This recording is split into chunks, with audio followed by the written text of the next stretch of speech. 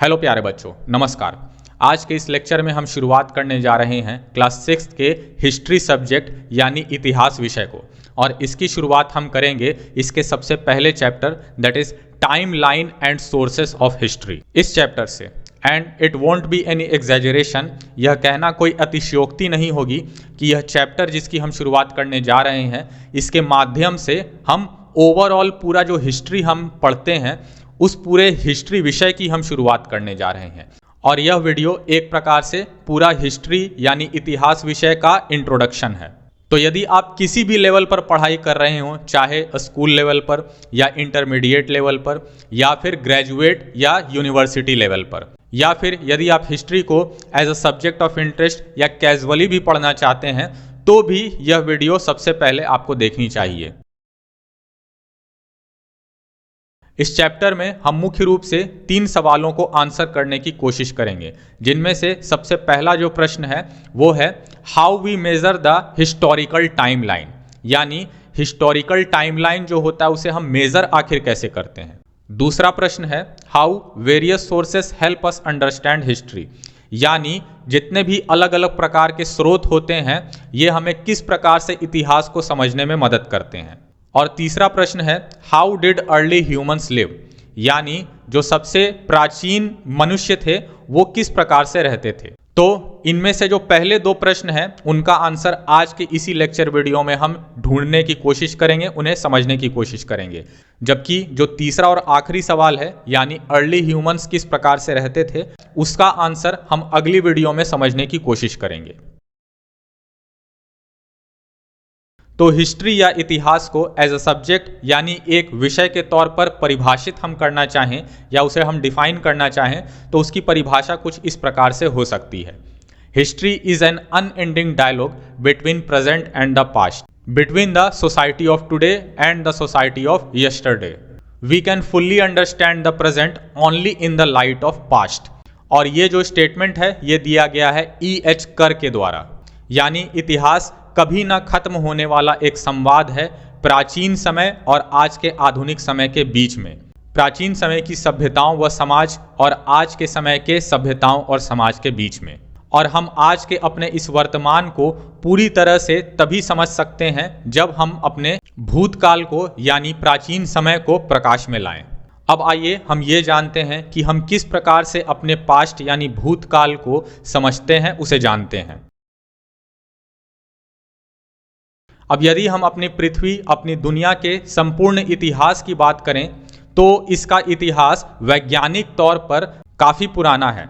और यदि हम इसे विज्ञान की मदद से समझने की कोशिश करें तो साइंटिफिक एविडेंसेस यह सजेस्ट करते हैं कि हमारी पृथ्वी लगभग 4.5 अरब साल पुरानी है। आप हमारी पूरी पृथ्वी की हिस्टोरिकल टाइमलाइन को अपने स्क्रीन पर दिख रहे इस टाइमलाइन की मदद से समझ सकते हैं और ये भी रियलाइज कर सकते हैं कि होमो सेपियंस के रूप में हम इंसानों की जो प्रजाति है उसका पूरा जो टाइमलाइन है वो पूरे पृथ्वी के इतिहास की तुलना में कितना छोटा हिस्सा है या कितना छोटा फ्रैक्शन है। तो जैसा अभी हमने डिस्कस किया कि हमारी पृथ्वी जो है वो लगभग 4.5 अरब साल पुरानी है, वो आपको अपने स्क्रीन पर दिख रहा होगा इस टाइमलाइन में।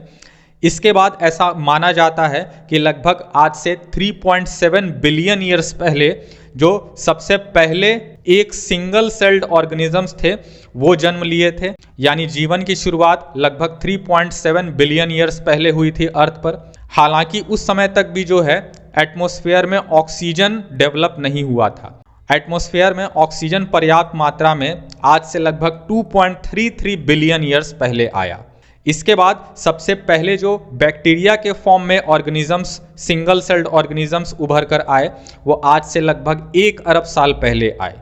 इसके बाद यदि हम टाइमलाइन में और आगे फास्ट फॉरवर्ड करें तो लगभग 700 से 800 मिलियन ईयर्स पहले यानी 70 से 80 करोड़ वर्ष पहले स्पॉन्जेस और फंजाई के रूप में जो पहले प्लांट ऑर्गेनिजम्स थे वो डेवलप हुए थे। इसके बाद लगभग 70 करोड़ साल पहले यानी 700 मिलियन ईयर्स पहले कोरल्स डेवलप हुए। कोरल्स आप सभी जानते होंगे कि ये वो ऑर्गेनिजम्स हैं जो कि समुद्रों में पाए जाते हैं और समुद्री इकोसिस्टम का एक बहुत अहम हिस्सा होते हैं। इसके बाद और थोड़ा हम फास्ट फॉरवर्ड करें हिस्ट्री में तो हम ये पाएंगे कि 500 मिलियन ईयर्स पहले यानी 50 करोड़ वर्षों पहले फिश और बाकी सारे जो वर्टिब्रेट्स हैं यानी रीढ़ की हड्डी वाले जीव हैं वो एग्जिस्टेंस में आए। इसके बाद लगभग 400 मिलियन यानी 40 करोड़ साल पहले इंसेक्ट्स और एम्फीबियंस जो हैं वो धरती पर एग्जिस्टेंस में आए। फिर उसी के कुछ समय बाद शार्क्स जो हैं वो भी एग्जिस्टेंस में आए। इसके बाद अर्थ हिस्ट्री में जो सबसे पॉपुलर ऑर्गेनिजम्स हैं यानी डायनासोर्स और बाकी सारे रेप्टाइल्स वो आज से लगभग 300 मिलियन ईयर्स पहले यानी 30 करोड़ वर्षों पहले एग्जिस्टेंस में आए थे। इसके बाद थोड़ा और आगे हम फास्ट फॉरवर्ड करें तो लगभग 200 मिलियन ईयर्स पहले यानी 20 करोड़ वर्षों पहले बर्ड्स जो हैं और मैमल्स जो हैं वो एग्जिस्टेंस में आए। और हम जानते हैं कि हम इंसान भी एक तरह के मैमल्स हैं यानी स्तनधारी जीव हैं। इसके बाद आज से लगभग 100 मिलियन ईयर्स पहले यानी 10 करोड़ वर्षों पहले फ्लावर्स और बीज यानी मक्खियां जो हैं वो एग्जिस्टेंस में आए। और ये दोनों साथ में एग्जिस्टेंस में आने का कारण ये है कि बीज जो होते हैं वो फ्लावर से ही अपना नेक्टर यानी उसका जो रस होता है वो चूसते हैं और फ्लावर्स का पॉलिनेशन करते हैं, जिसके मदद से जो प्लांट्स हैं वो नए प्लांट्स सेक्सुअल रिप्रोडक्शन के थ्रू पैदा करते हैं। अब ध्यान देने वाली बात यह है कि अभी तक हम इंसानों की कोई भी प्रजाति नहीं आई है, हम देख सकते हैं, जो कि 10 करोड़ वर्षों पहले तक की बात है। अब यदि हम आज से लगभग 10 मिलियन ईयर्स पहले यानी लगभग 1 करोड़ वर्ष पहले आए तो उस समय प्राइमेट्स जो हैं वो एग्जिस्टेंस में आए थे। प्राइमेट्स में हम इंसान जो हैं उनके सबसे अर्लीस्ट जो एंसेस्टर्स जिन्हें कहा जा सकता है वो हैं, जो कि सभी बंदरों के प्रजातियों को जो है कहा जाता है। अब इसके बाद थोड़ा और फास्ट फॉरवर्ड करें तो 1 मिलियन ईयर पहले यानी आज से लगभग 10 लाख साल पहले फायर जो होता है उसकी डिस्कवरी की गई थी। हालांकि अभी तक हम इंसानों की जो प्रजाति है यानी होमो सेपियंस वो एग्जिस्टेंस में अभी तक नहीं आई थी। और इसके बाद और आगे हम फास्ट फॉरवर्ड करें तो लगभग आज से 3 लाख साल पहले ही हमारी होमो सेपियंस प्रजाति जो है वो बाकी सारे प्राइमेट्स के साथ डेवलप हुई यानी एग्जिस्टेंस में आई। इसके बाद इंसानों ने आज से लगभग 6500 वर्ष पहले ही मात्र लिखना सीखा। तो इस प्रकार से हम ये देखकर समझ सकते हैं कि हम इंसानों की जो प्रजाति है यानी होमो सेपियंस वो पूरे अर्थ की हिस्ट्री की टाइमलाइन में कितने छोटे से हिस्से में एग्जिस्ट करती है। यानी अगर पूरे अर्थ की हिस्ट्री की बात करें तो उसकी तुलना में हम इंसान काफी कम समय से हैं, almost negligible amount of time से हैं।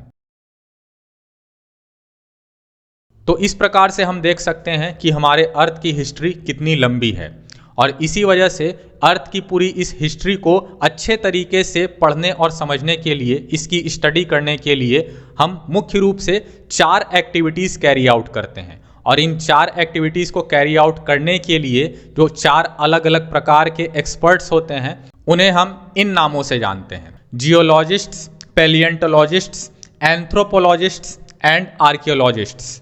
तो इनमें जो सबसे पहली कैटेगरी है यानी जियोलॉजिस्ट्स की, ये अर्थ के फिजिकल फीचर्स को स्टडी करते हैं और ये देखते हैं कि over the course of time ये जितने भी फीचर्स हैं इनके पैटर्न्स में किस प्रकार से बदलाव आया है और उसी के आधार पर ये जो है अंदाज़ा लगाते हैं कि हमारे पूरे अर्थ की हिस्ट्री के दौरान क्या क्या चेंजेस आए होंगे।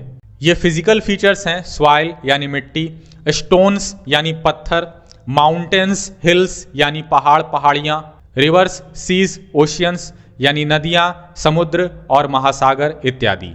दूसरी कैटेगरी यानी पैलिएंटोलॉजिस्ट्स वो लोग होते हैं जो कि लाखों करोड़ों साल पुराने प्लांट्स, एनिमल्स और ह्यूमंस के जो फॉसिल्स होते हैं यानी धरती के नीचे दबे हुए इनके जो रिमेनिंग्स होते हैं उन्हें स्टडी करते हैं। उदाहरण के तौर पर आपने कई साइंटिस्ट्स को देखा होगा जो कि डायनासोर्स की हड्डियों को स्टडी करके पूरे डायनासोर के स्ट्रक्चर को डिज़ाइन करते हैं, ये अंदाज़ा लगाते हैं कि वो कैसे दिखते होंगे, तो वो इसी कैटेगरी में आते हैं। तीसरी कैटेगरी यानी एंथ्रोपोलॉजिस्ट्स वो लोग होते हैं जो कि ह्यूमन सोसाइटीज़ और कल्चर्स इन्हें जो है स्टडी करते हैं। यानी पिछले कई हज़ारों लाखों सालों में हम इंसानों के जो जितने भी अलग अलग प्रकार के सोसाइटीज़ बने हैं, जितने भी अलग अलग प्रकार के उनके कल्चर्स हुए हैं, इन सभी चीज़ों को वो स्टडी करते हैं अलग अलग सोर्सेस, अलग अलग एविडेंसेस की मदद से।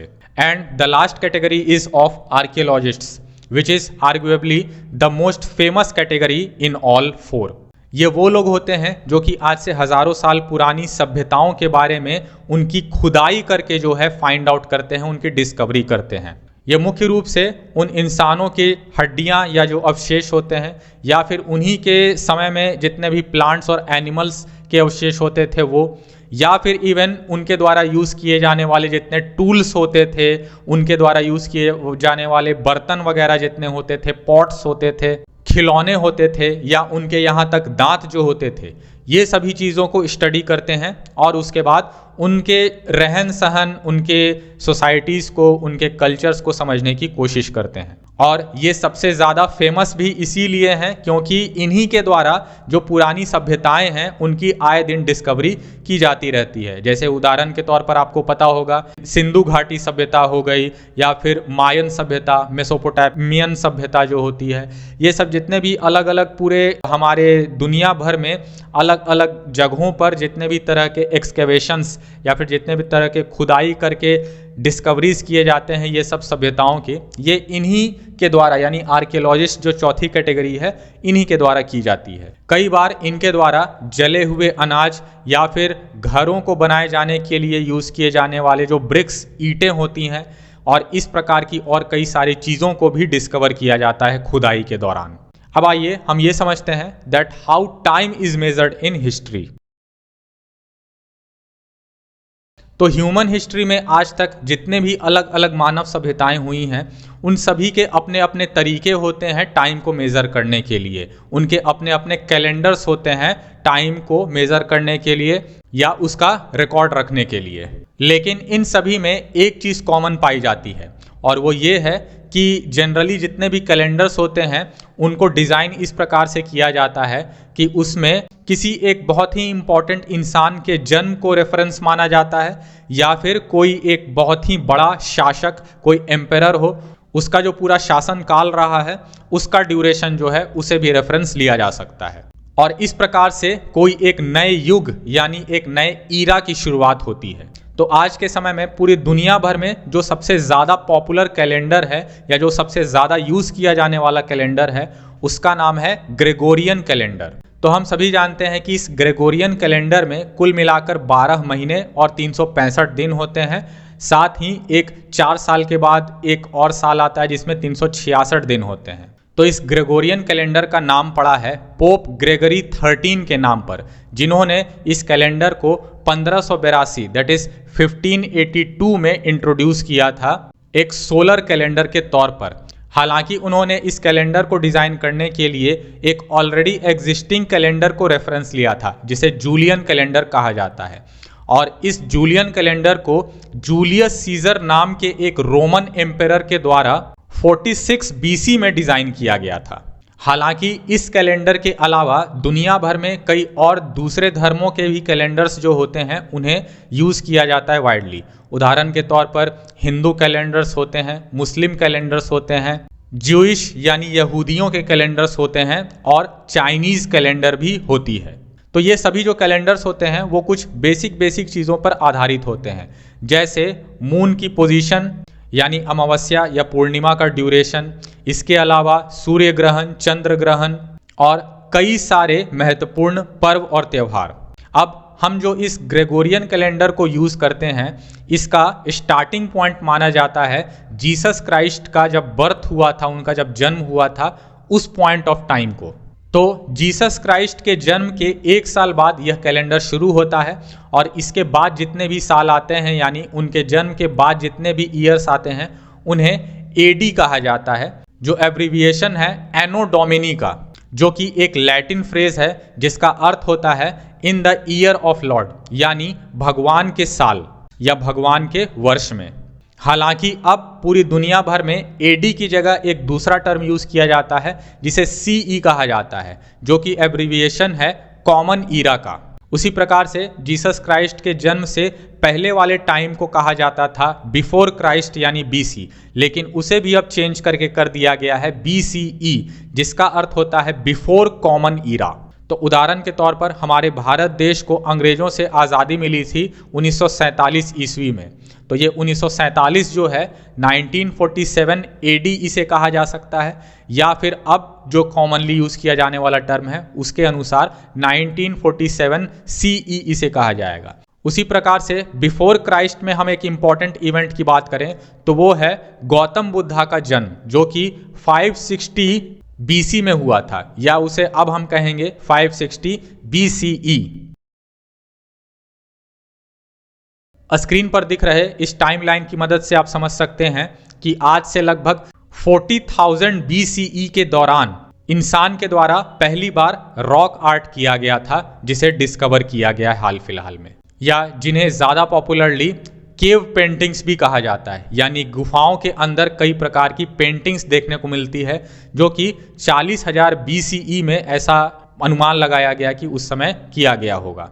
इसी प्रकार से एक और चीज़ आप इस टाइमलाइन में देख पा रहे होंगे कि लगभग 14,000 बीसीई के दौरान जो लास्ट आइस एज था, यानी लास्ट हिमयुग था, वो आया था। अब ग्रेगोरियन कैलेंडर के बारे में एक खास बात ऑब्जर्व करने वाली ये है कि इसमें 0 ईयर कहीं पे भी जिक्र इसका नहीं किया जाता है, बल्कि इसकी शुरुआत जीसस क्राइस्ट के जन्म के बाद 1 सीई या 1 एडी से होती है, और उसके ठीक पहले 1 बीसीई या बीसी में जाती है। इन दोनों के बीच में 0 का मेंशन, 0 का जिक्र कहीं नहीं होता है। इसी वजह से जब हम एक ऐसे टाइम पीरियड को कैलकुलेट कर रहे होते हैं जिसमें एक टाइम पॉइंट जो है वो एडी में आता हो, यानी क्राइस्ट के जन्म के बाद आता हो, और दूसरा जो है वो क्राइस्ट के जन्म के पहले आता हो, तो वहाँ पर हमें दोनों के बीच का जो डिफरेंस है उसे ऐड कर कर उसमें एक हमें सब्ट्रैक्ट करना पड़ेगा। उदाहरण के तौर पर जैसे अभी साल चल रहा है 2025, और गौतम बुद्धा का जो जन्म हुआ था वो हुआ था 560 बीसीई में, तो अभी जो है वो है एडी या सीई, और उस समय जो था वो था 560 बीसी। तो ये दोनों को हमें ऐड तो करना होगा, यानी 2025 जो है ये क्राइस्ट के जन्म के बाद वाले ईयर्स हो गए, और क्राइस्ट के जन्म के पहले वाले 560 साल और हो गए। लेकिन चूंकि बीच में कहीं पे भी 0 नहीं आया है, इसीलिए हमें टोटल टाइम ड्यूरेशन कैलकुलेट करने के लिए इसमें से एक हमें सब्ट्रैक्ट करना पड़ेगा। सो इसका जो रिजल्ट है वो आ जाएगा 2584 ईयर्स, या फिर 2584 ईयर्स। तो इस प्रकार से हम कह सकते हैं कि गौतम बुद्ध का जन्म आज से 2584 साल पहले हुआ था। हालांकि ये कोई एग्जैक्ट फिगर नहीं है, बस ये हम एज्यूम करते हैं कि 560 बीसीई में जो है गौतम बुद्ध का जन्म हुआ होगा। तो ये एक एस्टिमेट है, एक अंदाज़ा है, लेकिन किसी भी टाइम पीरियड को कैलकुलेट करने के दौरान यदि उसमें से एक टाइम जो है वो क्राइस्ट के जन्म के बाद आता है और दूसरा जो है वो क्राइस्ट के जन्म के पहले आता है, तो वहाँ पे टोटल टाइम ड्यूरेशन कैलकुलेट करने के लिए उन दोनों को ऐड करके उसमें से एक हमें सब्ट्रैक्ट करना होता है हमेशा। अब स्क्रीन पर दिख रहे एक और इस रेफरेंस से आप समझ सकते हैं कि अभी हम जिस पॉइंट ऑफ टाइम पे रह रहे हैं वो 2000 सीई के बाद आता है, चूँकि वो 2025 है। इसके बाद अगर हम टाइम में और पीछे जाएं तो जीसस का जब बर्थ हुआ था उससे लगभग 500 साल पहले बुद्धा का जन्म हुआ था, और उसी दौरान जो एम्पेरर अशोक हैं वो भी उसी समय उसी टाइम पीरियड, यानी गौतम बुद्धा के कंटेम्प्ररी ही एक मौर्य शासक थे, ये भी आपको पता होना चाहिए। इसके बाद और पीछे हम टाइम पीरियड में जाएं तो 2000 बीसीई आ जाता है, और उससे थोड़ा और पहले इंडस सरस्वती सिविलाइजेशन या सिंधु घाटी सभ्यता जिसे कहा जाता है उसकी शुरुआत हुई थी। टाइम में और पीछे यदि हम जाएं तो 4000 बीसीई से थोड़े पहले हम देख सकते हैं कि बिगिनिंग ऑफ कॉपर मेटलर्जी हुआ था, यानी कॉपर जो एक बहुत इंपॉर्टेंट मेटल है उसका एक्सट्रैक्शन करना शुरुआत किया गया था, और उसके क्वाइंस वगैरह उस समय के भी मिलते हैं, और उन्हें हम कह सकते हैं उसके क्वाइंस बर्तन वगैरह जो है उस समय के भी पाए जाते हैं, यानी 4000 बीसीई से भी पहले समय के। और इसी दौरान ठीक इससे थोड़ा पहले समय जो है दुनिया की सबसे पहली जो सभ्यता माना जाता है जो कि मेसोपोटामिया में स्थित है, जिसे डिस्कवर किया गया था वहाँ, वो सबसे पहले जो है एक सिविलाइजेशन के रूप में, एक मानव सभ्यता के रूप में वहाँ पे उभरी थी। क्योंकि यहीं पे यानी मेसोपोटामिया में ही वर्ल्ड्स फर्स्ट सिटीज़ जो हैं उन्हें डिस्कवर किया गया था। इसके बाद और पीछे हम समय में जाएं तो 6000 BCE में जो है पॉटरी टेक्नोलॉजी को इंडियन सब कॉन्टिनेंट में हम कह सकते हैं इस स्किल को ईजाद किया गया था। और पीछे हम जाएं तो हम देख सकते हैं 8000 BCE के समय में जो सबसे पहले ह्यूमन सेटलमेंट्स थे जो कि एग्रीकल्चर करना जिन्होंने शुरुआत किया था, यानी आज से अगर हम देखें तो 10,000 साल पहले इंसान ने खेती करने की शुरुआत की थी। इसके बाद आता है 10,000 BCE और इसके बाद आता है 12,000 BCE। और इन्हीं दोनों टाइम पीरियड्स के दौरान जो लास्ट टाइम आइस एज आया था, हिम युग जो है आया था, वो इसी दौरान आया था। तो इस प्रकार से हम देख सकते हैं कि हिस्ट्री में टाइम को मेजर करने के लिए किस किस प्रकार के अलग अलग रेफरेंस लिए जाते हैं, जिनमें ऐतिहासिक रूप से किसी बहुत ही महत्वपूर्ण, बहुत ही इंपॉर्टेंट इंसान का जन्म भी इन्वॉल्व हो सकता है, या फिर किसी बड़े शासक का या किसी एम्परर का जो साम्राज्य है उसका शासन काल है वो भी इन्वॉल्व हो सकता है। तो ये और ऐसी कई और चीज़ों को रेफरेंस मानकर हम जो टाइम है उसे मेजर करते हैं हिस्ट्री में। अब अक्सर हिस्ट्री में टाइम को मेजर करने के दौरान जो टाइम पीरियड्स होते हैं वो काफ़ी लंबे लंबे होते हैं। तो छोटे टाइम पीरियड्स जो होते हैं, जैसे 10 साल का जो टाइम पीरियड है उसे हम एक दशक या एक डेकेड बोल देते हैं, लेकिन अक्सर हिस्ट्री का जो टाइम लाइन है वो काफ़ी लंबा होता है। वो कई हज़ारों साल का भी हो सकता है, वो कई सैकड़ों साल का भी हो सकता है। तो इस वजह से यहाँ पे दो टर्म्स को जो है हम डिफाइन करते हैं। एक होता है सेंचुरी जो कि 100 साल का टाइम पीरियड होता है, और दूसरा होता है मिलेनियम जो कि 1000 साल का टाइम पीरियड होता है। मिलेनियम को जो है प्लूरल उसका मिलेनियम्स भी कहा जा सकता है या मिलेनिया भी उसका प्लूरल होता है। तो सेंचुरीज की शुरुआत 1 CE से की जाती है, और इस तरह से आज के समय में 20 सेंचुरीज यानी 20 शताब्दियां बीत चुकी हैं जीसस क्राइस्ट के बर्थ के बाद। इसी वजह से अभी हम कहते हैं कि 21st सेंचुरी में हम जी रहे हैं। और ये 21st सेंचुरी जो है ये 2000 के बाद जो 2001 आया है उससे लेकर 2100 तक, यानी ये 100 सालों का टाइम ड्यूरेशन है। इसी प्रकार से यदि हम जीसस क्राइस्ट के बर्थ से, उनके जन्म से पीछे की ओर जाएं तो उस केस में टाइमलाइन कुछ इस प्रकार से हो जाएगा। यदि हम 3rd सेंचुरी BCE की बात कर रहे हैं तो वो हो जाएगा 201 BCE से लेकर 300 BCE तक। तो ये 100 साल का टाइम पीरियड कहलाएगा 3rd सेंचुरी BCE। हालांकि यहाँ पर जो टाइम को मेजर करने का तरीका है वो थोड़ा अलग हो जाता है as compare to the time period which comes after the birth of Jesus Christ. एक और उदाहरण यदि हम इसका लें तो 1st सेंचुरी BCE जो होगा वो क्राइस्ट के बर्थ से 1 साल पहले, दैट इज 1 BCE से लेकर 100 BCE तक होगा। इसके बाद 2nd सेंचुरी BCE की हम बात करें तो वो 101 BCE से लेकर 200 BCE तक होगा। और 3rd सेंचुरी जो अभी हमने थोड़ी देर पहले डिस्कस किया वो इसी वजह से 201 BCE से लेकर 300 BCE हो जाएगा। और उसी प्रकार से 4th century BCE, 5th century BCE and so on. अब टाइम पीरियड को मेजर करने का एक और मेथड है, एक और यूनिट है जिसे हम मिलेनियम कहते हैं, जो अभी हमने डिस्कस किया था, जो कि 1000 वर्षों का होता है। तो इसे भी जीसस क्राइस्ट के बर्थ के बाद से अगर मेजर किया जाए तो 1 CE से लेके 1000 CE तक जो होगा वो टाइम पीरियड फर्स्ट मिलेनियम कहलाएगा। और उसी प्रकार से जब हम 1001 CE से लेके 2000 CE तक आएंगे तो वो सेकेंड मिलेनियम हो जाएगा। और उसके बाद फिर 2001 CE से लेके 3000 CE हो जाएगा थर्ड मिलेनियम। तो इसी थर्ड मिलेनियम में अभी हम जी रहे हैं, और हम कह सकते हैं कि इस थर्ड मिलेनियम की अभी शुरुआत ही हुई है, जो कि 2001 से हुई है, और ये जो है 3000 CE तक चलेगा। उसी प्रकार से हम टाइमलाइन में यदि पीछे जाएं, यानी क्राइस्ट के जन्म से पीछे जाएं, तो उस केस में 1 BCE से लेके 1000 BCE तक का जो टाइम पीरियड है वो फर्स्ट मिलेनियम BCE कहलाएगा। उसी प्रकार से 1001 BCE से लेके 2000 BCE तक हम जाएंगे तो वो सेकेंड मिलेनियम BCE कहलाएगा, एंड सो ऑन। अब आइए हम जानते और समझते हैं सोर्सेस ऑफ हिस्ट्री को, यानी वो चीज़ें जिनकी मदद से हम हिस्ट्री को स्टडी करते हैं।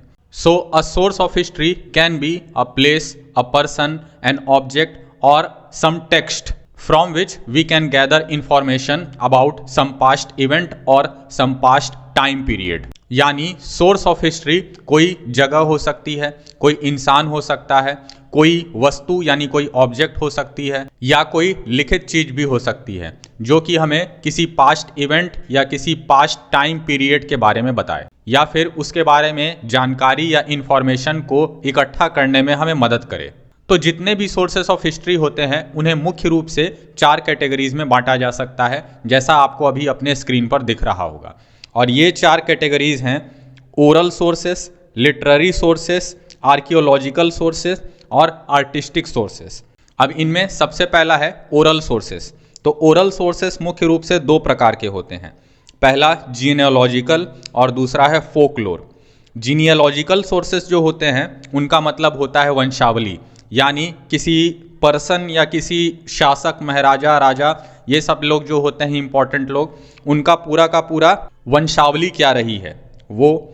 इसके अलावा फोकलोर जो होते हैं उन्हें हिंदी में लोक कथाएं कहा जाता है, जो कि एक जनरेशन से दूसरे जनरेशन तक उसे पास आउट किया जाता है बोलकर, ओरली। तो इसीलिए इन सोर्सेस को ओरल सोर्सेस कहा जाता है। इसके बाद दूसरे सोर्सेस हैं आर्कियोलॉजिकल सोर्सेस। तो आर्कियोलॉजिकल सोर्सेस में मुख्य रूप से स्ट्रक्चर्स होते हैं कई प्रकार के। स्ट्रक्चर्स में 2 तरह के स्ट्रक्चर्स होते हैं, मॉन्यूमेंट्स एंड माउंट्स। मॉन्यूमेंट्स का मतलब होता है पुराने समय में बनाए गए बड़े बड़े जो स्ट्रक्चर्स होते हैं जैसे किले वगैरह, और माउंट्स का मतलब होता है पत्थरों को एक दूसरे के साथ रख कर उससे बनाए गए स्ट्रक्चर्स। कुछ ऐसे सोर्सेस होते हैं जो ओरल और आर्कियोलॉजिकल दोनों प्रकार के सोर्सेस में आते हैं, जो आपको दिख रहा होगा दोनों के बीच से एरो गया हुआ है, जो कि होते हैं इनक्रिप्शंस। तो इनक्रिप्शंस का मतलब होता है कोई चीज़ पर उकेरी गई हुई जो है लिखित चीज़ें, जैसे मैन्यूस्क्रिप्ट्स होते हैं उदाहरण के तौर पे जितने धर्म ग्रंथ होते हैं। इसके अलावा कॉपर प्लेट्स, कई सारे कॉपर पे लिखी हुई चीज़ें भी होती हैं। इसके अलावा कॉइन्स, तो ये इनक्रिप्शन की कैटेगरी में आते हैं। इसके बाद तीसरी कैटेगरी के जो सोर्सेस होते हैं वो होते हैं आर्टिस्टिक सोर्सेस। इनमें फर्दर और 3 प्रकार के होते हैं, पेंटिंग्स, स्कल्पचर्स एंड पैनल्स। इसके बाद एक कैटेगरी होती है एक्सकेवेशंस की, जो कि आर्कियोलॉजिकल और आर्टिस्टिक दोनों प्रकार के सोर्सेस में आते हैं। ये एक्सकेवेशंस मुख्य रूप से 5 प्रकार के होते हैं। पहला human, animal and plant remains जो होते हैं, मीन्स इंसानों के या जानवरों के या पौधों के जो अवशेष हैं। इसके बाद दूसरे प्रकार के होते हैं, इन्हीं में टूल्स एंड वेपन्स, यानी उस समय आज से सैकड़ों या हज़ारों साल पहले या जिस भी समय का हम जो हिस्ट्री के बारे में पढ़ रहे हैं उस समय यूज़ किए जाने वाले जितने भी तरह के टूल्स थे यानी हथियार, ये सब जितने भी चीज़ें हैं ये भी इसी के कैटेगरी में आते हैं। इसके बाद फिगरीन्स एंड ऑर्नामेंट्स। ऑर्नामेंट्स का मतलब होता है उस समय यूज़ किए जाने वाले गहने, और फिगरीन्स जो होते हैं वो किसी इंसान का ही एक छोटा मॉडल के रूप में, मतलब खिलौने जैसा, गुड्डे गुड़िया जैसा जो है एक शेप होता है, उसे कहा जाता है फिगरीन्स। इसके बाद पॉटरी एंड टॉयज, मीन्स मट्टियों से बनने वाले जितने भी तरह के बर्तन वगैरह हैं या फिर खिलौने वगैरह हैं वो। इसके अलावा अगला जो आखिरी कैटेगरी है एक्सकेवेशंस में वो है हैबिटेशंस एंड बरियल्स, मीन्स उस समय के जितने भी अलग अलग प्रकार के हैबिटेट्स थे जिसमें अलग अलग प्रकार के जीव जंतु रहते थे।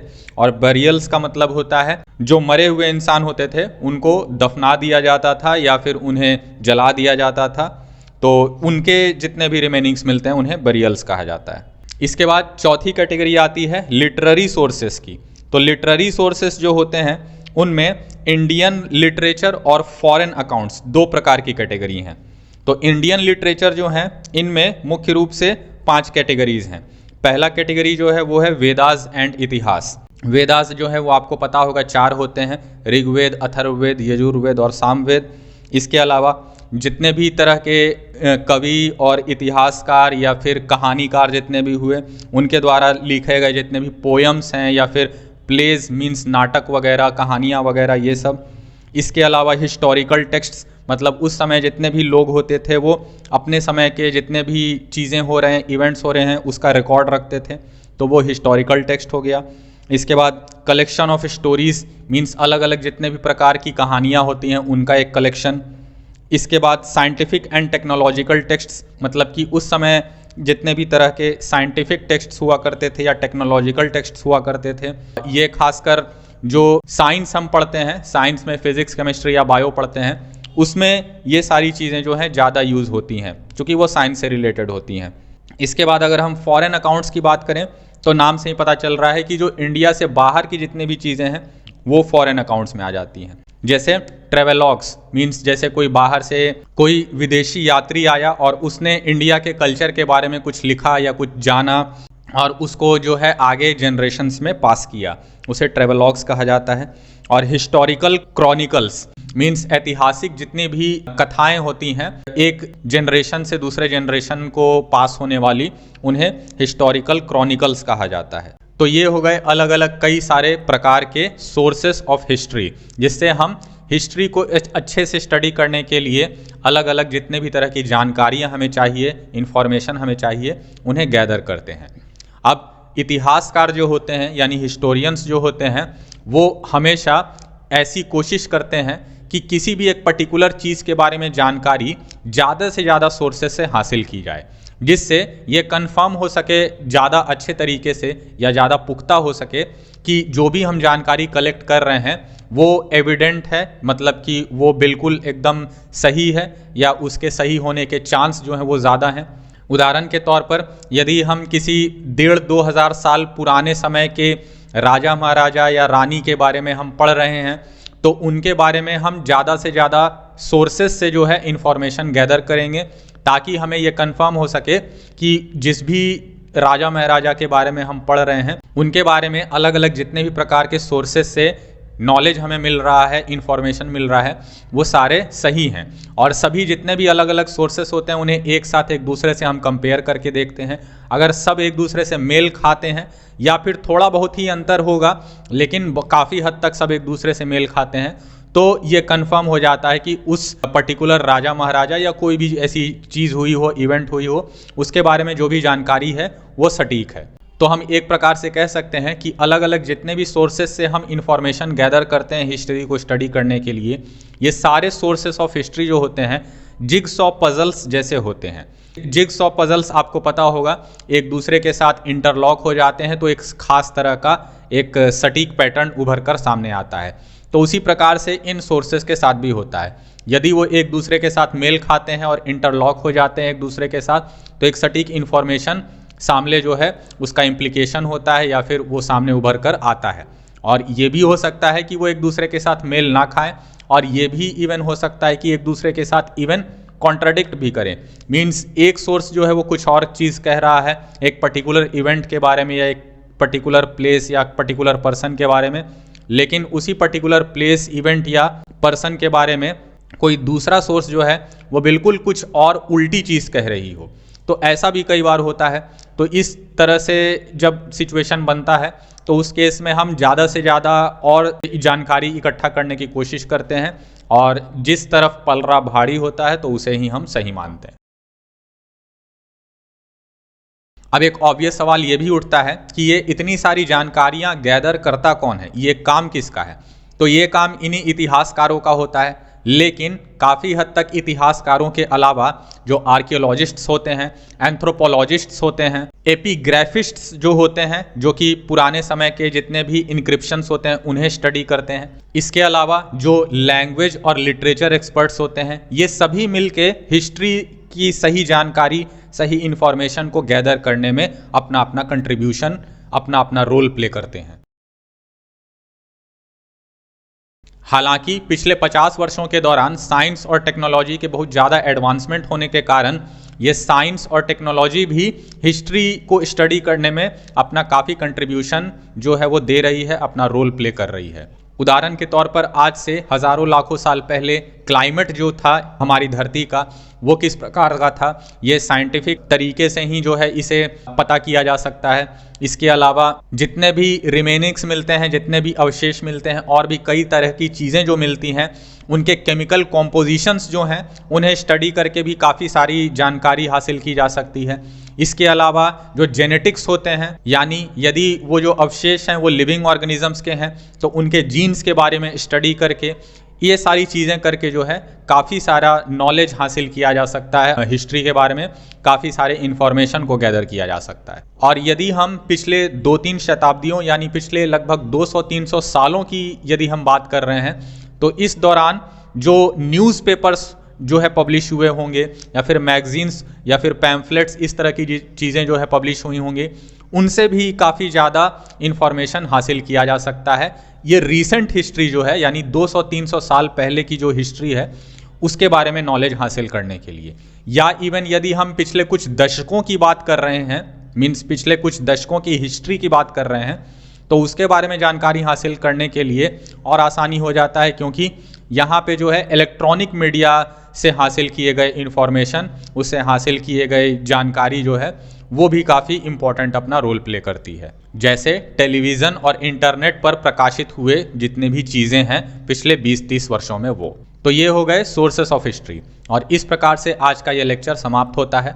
आज हमने मुख्य रूप से 2 चीज़ें पढ़ी और 2 तरह के सवाल जो होते हैं उनका जवाब ढूंढने की कोशिश की, जिनमें पहला जो था वो था कि हिस्ट्री की पढ़ाई करने के दौरान, उसे स्टडी करने के दौरान अलग अलग किस प्रकार से हम टाइम लाइन्स में उन्हें विभाजित करते हैं, उन्हें अलग अलग टाइम लाइन्स में हम डिस्ट्रीब्यूट करते हैं, कितना बड़ा टाइम लाइन या कितना छोटा टाइम लाइन है।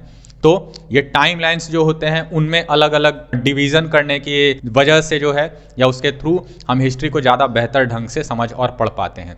और दूसरा जो सवाल आज का था जिसे हमने जवाब करने की कोशिश की वो था कि जितने भी अलग अलग प्रकार के सोर्सेस होते हैं जहाँ से हम जानकारियाँ हासिल करते हैं हिस्ट्री को स्टडी करने के लिए, वो क्या क्या होते हैं और वो किस प्रकार से हिस्ट्री को समझने और उसे पढ़ने में हमें मदद करते हैं। अगली वीडियो में हम जानेंगे और समझेंगे ह्यूमन हिस्ट्री के बारे में कि इसकी शुरुआत कहाँ से हुई थी। तो मिलते हैं अगली वीडियो में, तब तक के लिए नमस्कार।